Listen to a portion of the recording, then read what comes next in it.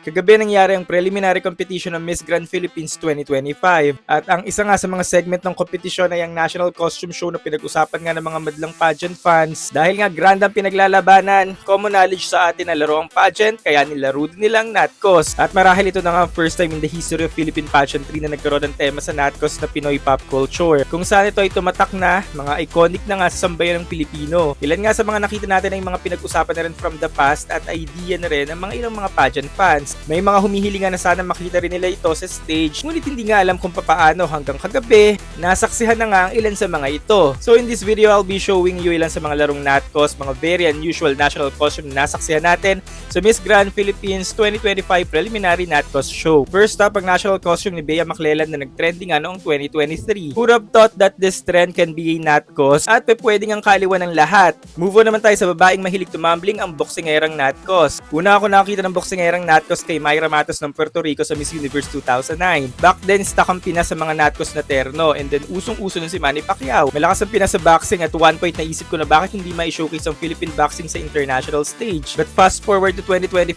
ito na atang first time na nakita ko ng Pilipinang naka-Natcos na boksingera. Next, sino namang normal na makakaisip na magiging Natcos na si Mary Jean Lastimosa? At hindi nga isang Mary Jean lang ang lumitaw kundi dalawa. And in this current era, markado na nga si MJ in Philippine pageantry. Isa na ang icon at wala kang Philippine pageant fans ang hindi nakakakilala dito. Next, ni sa hinagap, hindi ko rin maisip na pwedeng isabuhay ang mga artista Notebook. Na noong 90s, sobrang trending nga to be specific, Jolina Notebook pa. At hindi nga lang isang Jolens kundi dalawang Jolens ang lumitaw. Wala kang batang 90s ang hindi nakakakilala sa artista Notebook dahil isa nga ito sa mga trend noon at akalain mong kayang ibalik ang mga memories na ito sa pamamagitan ng Natcos Show. Present nga rin ang presensya ni Zumar ni Galema na kinatakutan natin noon at si Babang Sorbetero nga na inaabangan natin sa eskwelahan man o bahay. Plus, bet na bet ko rin ang performance dito ni Nikki Bueno na may mga dalang backup. At syempre nariyan din ang hari ng kalsada, ang mga jeep at kahit si Ashley Danayan na ang kinalakihan nating fantasy na Encantadia ay naandyan din. For the longest time, wish ng mga pageant fans na makakita ng karaoke sa pageant stage. Natantal kagabi na na-showcase na ito, hindi nga lang isa, dalawa, kundi tatlong karaoke ang nagpakita. Pag sinabing ang Pinoy pop culture, ito talaga ang bida. At worth it nga ito maipakita hindi lang sa national kundi sa international stage. Sa muling pagkakataon, nasaksihan ulit natin si Darna sa stage. Ngunit kagabi nagpapasalamat ako dahil hindi nga lang tayo na-stuck sa Darna, na ipakita nga rin ng mga underrated superheroes na kalakihan nga natin at hindi ka nga ganap na bakla or pageant fans kung hindi mo sila kilala. Nandiyan nga si Super Inday na first time lumabas sa Philippine pageantry. Si Sasha sa tour ng baklang superhero at dito nga ako mas aliw na aliw kay Buba or kay Super B.